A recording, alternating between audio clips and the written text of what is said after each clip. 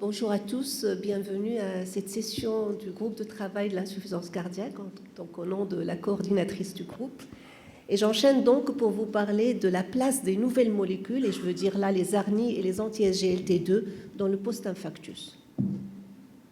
Alors les études menées avec ces deux molécules, aussi bien en phase chronique qu'en phase aiguë de l'insuffisance cardiaque, ont inclus des patients considérés outpatients, ce sont des patients stables. Par contre, toutes ces études ont exclu les patients qui ont un infarctus du myocarde qui date de moins de 3 mois. Alors, pour les anti-SGLT2, je prends un cas pratique d'un patient âgé de 56 ans, tabagique, diabétique, qui n'est pas sous anti-SGLT2, qui s'est présenté pour un infarctus en antérieur. Il a une angioplastie primaire à la 2e heure, c'était une sténose subocclusive de l'IVA moyenne. Donc son échographie objective, une dysfonction ventriculaire gauche, c'était une FE à 43%. Alors, quel est le problème avec les anti-SGLT2 à cette phase aiguë de l'infarctus ?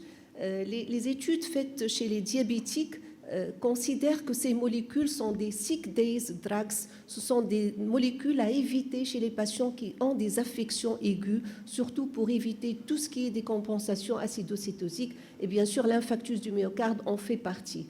Alors, au cours de l'infarctus du myocarde, on peut avoir des situations d'hypovolémie, d'hypotension, des décompensations acidocétosiques ou même des insuffisances rénales aiguës. En particulier, on va faire des angiographies, des dilatations coronaires en urgence.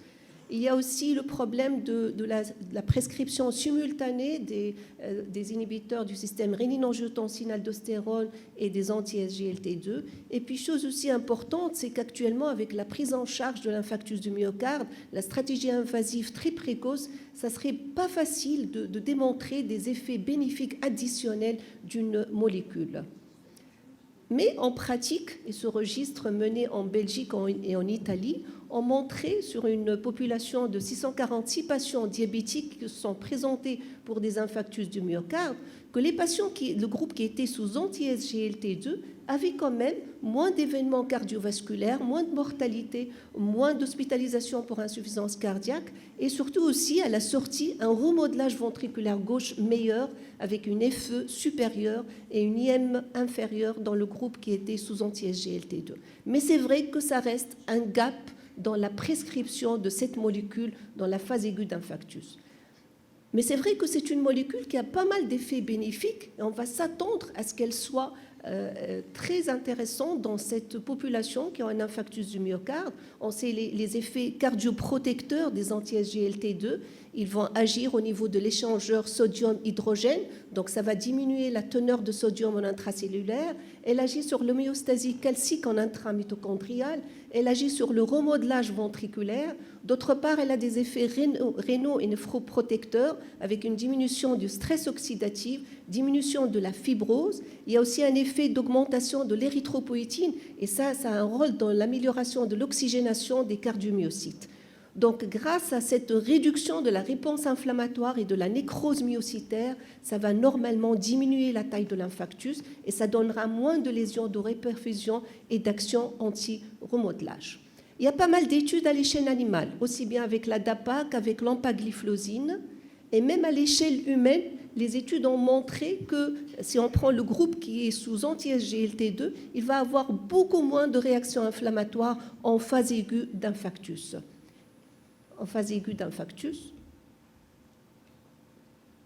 Et on sait aussi que cette molécule a la possibilité de donner cette flexibilité métabolique. C'est un élément important parce qu'elle va améliorer le métabolisme énergétique des cardiomyocytes en modifiant donc l'utilisation de la source énergétique.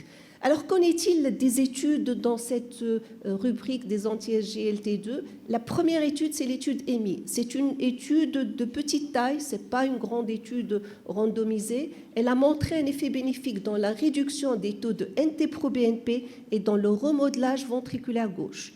Elle a été reprise donc en post-hoc pour étudier le bon timing pour l'introduction des anti-SGLT2, mais là, il n'y avait pas de différence entre l'introduire le 2e jour ou le 3e jour ou être encore plus précoce. Il n'y avait pas de différence, mais surtout, c'était une molécule safe. Et dans ce cadre-là, ils ont mené avec l'empagliflozine une deuxième étude randomisée, c'est l'impact MI. C'est une étude qui a randomisé 3260 patients dans chaque groupe.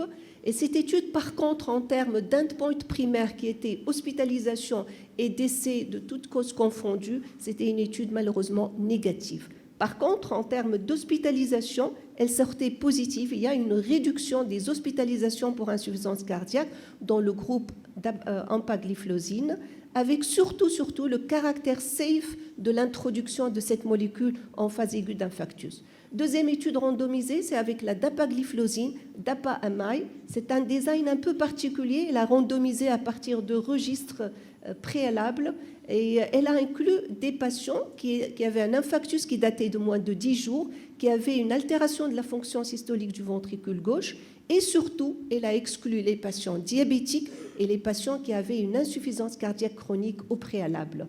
Alors au début, l'étude s'est intéressée à deux endpoints primaires, décès et hospitalisation pour insuffisance cardiaque, mais en avançant dans l'étude, ils ont eu très peu d'événements. C'est ce qui les a poussés à élargir en février 2023 le nombre d'endpoints primaires.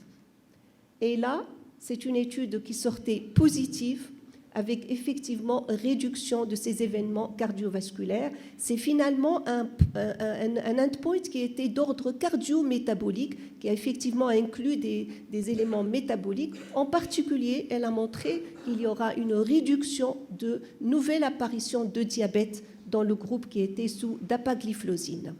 Alors, des résultats quand même assez conflictuels entre IMPACT-AMI et DAPA-AMI, ça n'allait pas dans le même sens, et les deux études n'étaient pas franchement positives sur la mortalité cardiovasculaire. C'est ce qui a poussé que finalement, pour l'introduction d'anti-SGLT2 en phase aiguë d'infarctus, il faut rester quand même avec surtout des patients qui ont un certain profil et qui vont bénéficier sur le plan cardio-métabolique de cette molécule.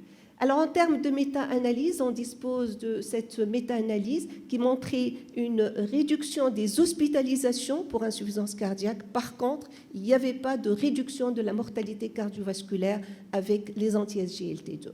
Alors, pourquoi ces deux grandes études n'étaient pas aussi parlantes?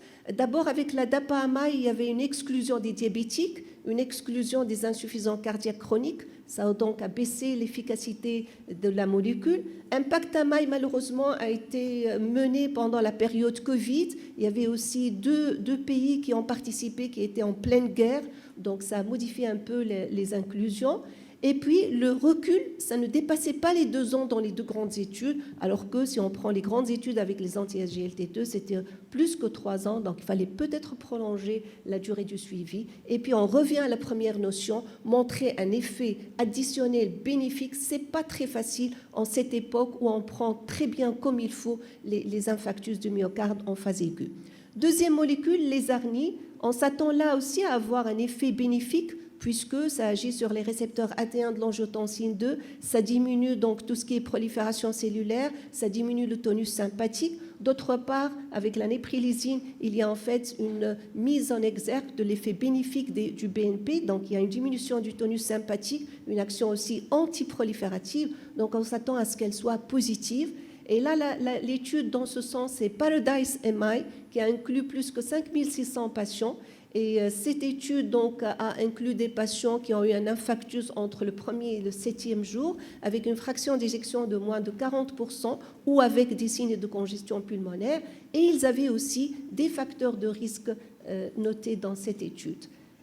C'est une étude qui ne sortait pas positive pour l'endpoint primaire qui était décès cardiovasculaire et hospitalisation pour insuffisance cardiaque, mais avec une bonne tolérance. Donc, c'est une molécule qui est safe quand on l'introduit en phase aiguë.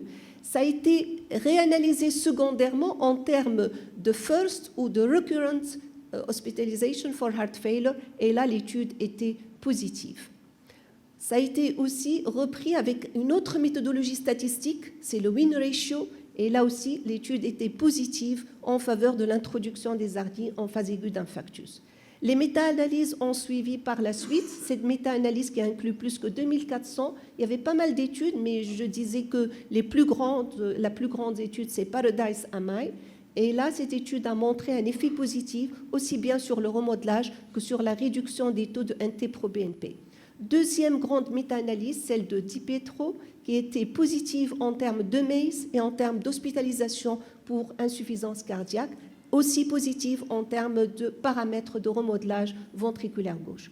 En termes de tolérance, la première méta-analyse a montré une très bonne tolérance, mais la deuxième méta-analyse était en faveur d'un taux quand même plus élevé dans le groupe ARNI en termes d'hypotension.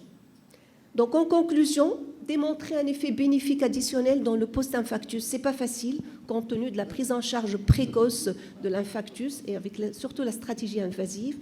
Mais on peut dire que ces deux molécules sont safe dans le post-infarctus.